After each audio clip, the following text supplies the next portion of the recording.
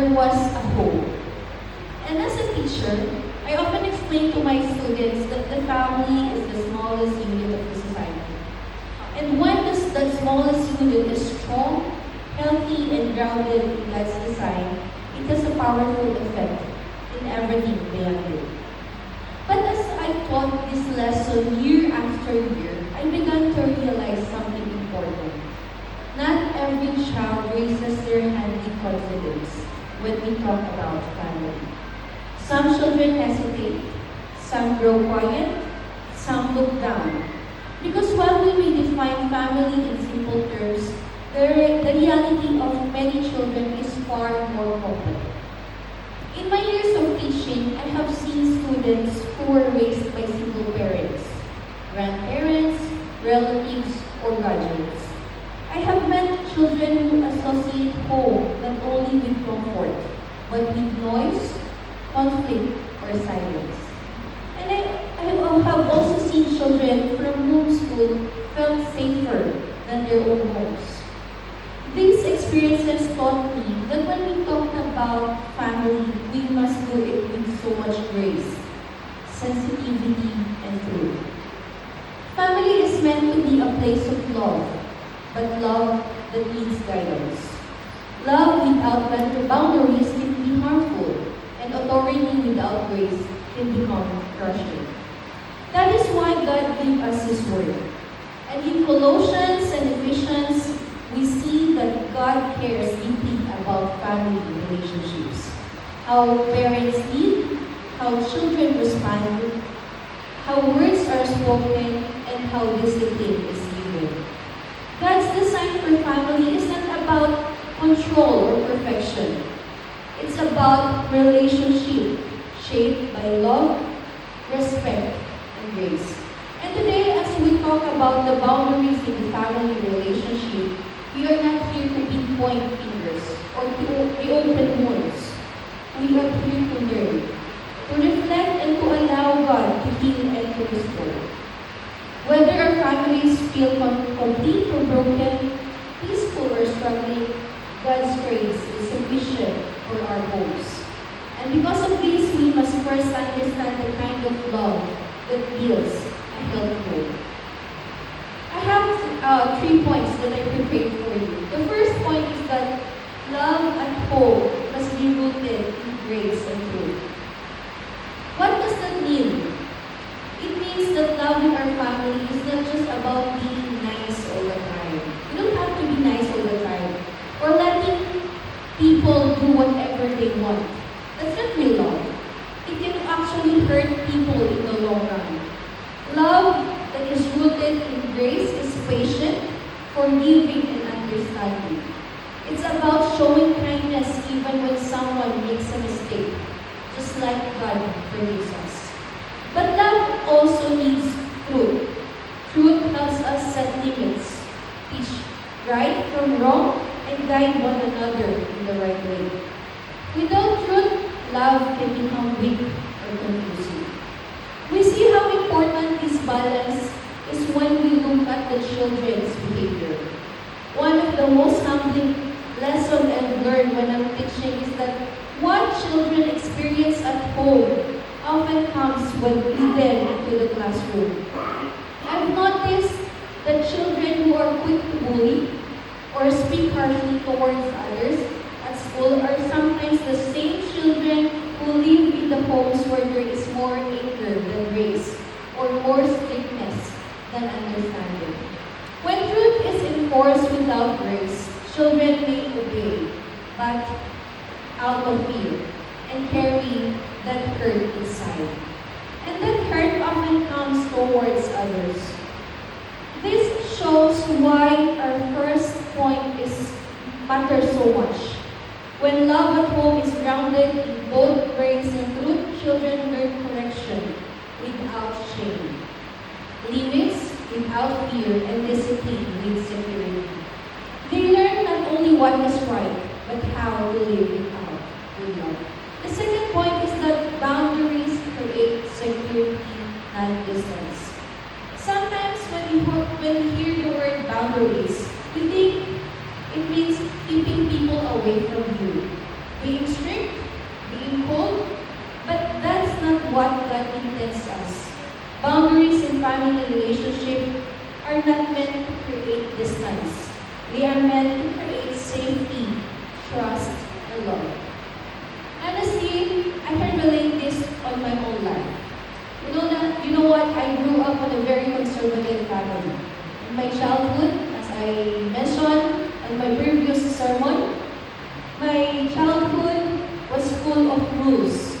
Rules the way I look, rules the way I dress, even the way I spoke with other people. There were a lot of things I didn't experience growing up, like sleepovers, going somewhere till it's late. Because even when I'm working and earning my own money, I still had to be home before 6 p.m. Yes, you heard that right, 6 p.m. If I wasn't home on time, they would immediately text me asking where I was. As if I were trying to leave the Philippines, right? Yeah. But I wasn't. I was just with my college friends and they knew my friends very well. We were not the type of friends that go to bars or party or drink, something like that.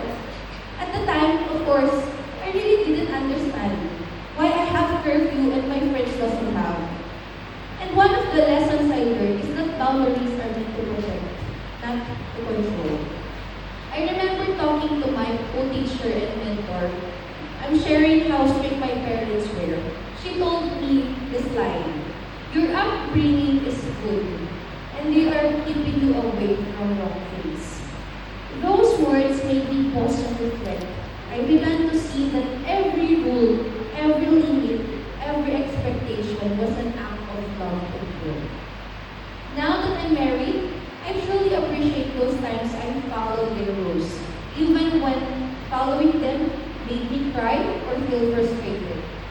And I always kept in my heart and in my mind the commandment of God, honor your father and mother. Even when those times I didn't feel like it. There are times that you don't feel to obey your parents.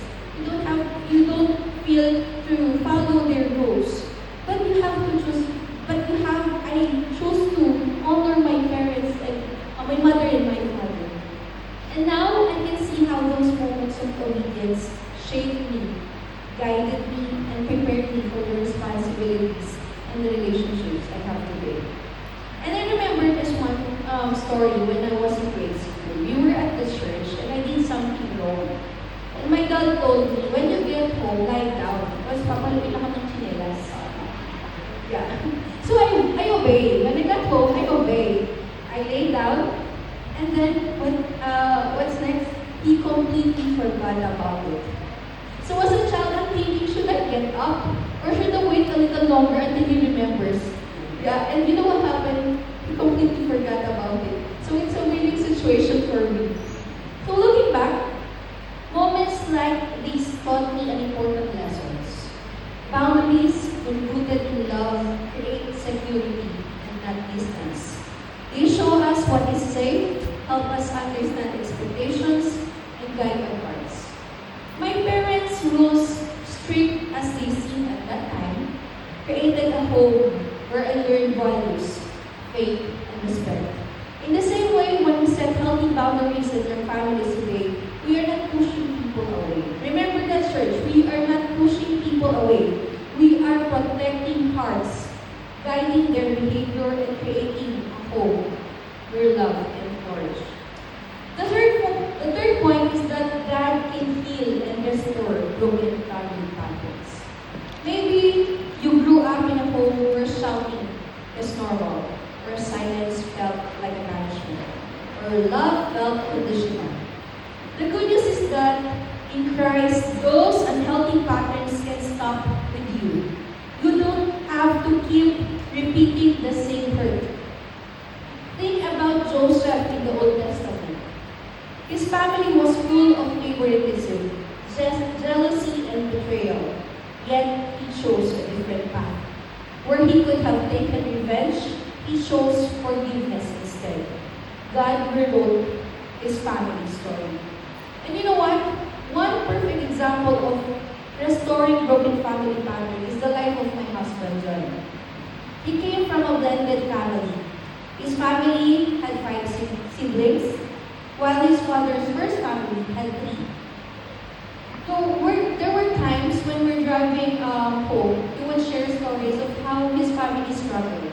He told me about the times when they had very little food to eat, and how his father was completely absent during his growing years.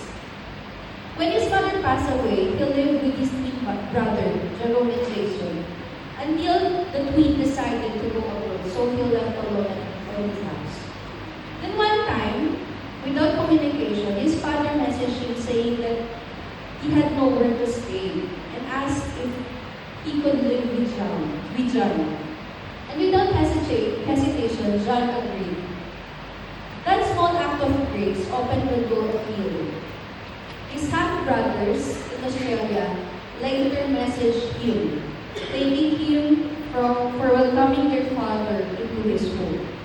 That was when communication between the siblings began.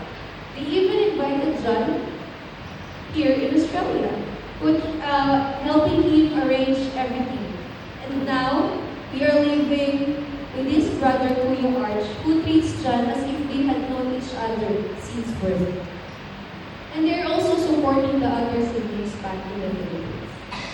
And this story is a powerful example of God can heal and restore family patterns. What once a fragmented family marked by absence, struggle, and distance has been transformed through grace, forgiveness, and love. God used John's willingness to forgive and welcome his father to restore relationship, create connection, and bring reconciliation across the family. It shows us that no matter how broken our family pattern, God's healing can create a new story marked by restoration. Church, we don't have to repeat the patterns of the past. With God's help, we can love wisely, protect what matters with boundaries, and bring healing to our families. He can take our struggles and turn them into stories of hope, unity, and grace. Let us pray. Father God, we thank you for our families and for your love that guides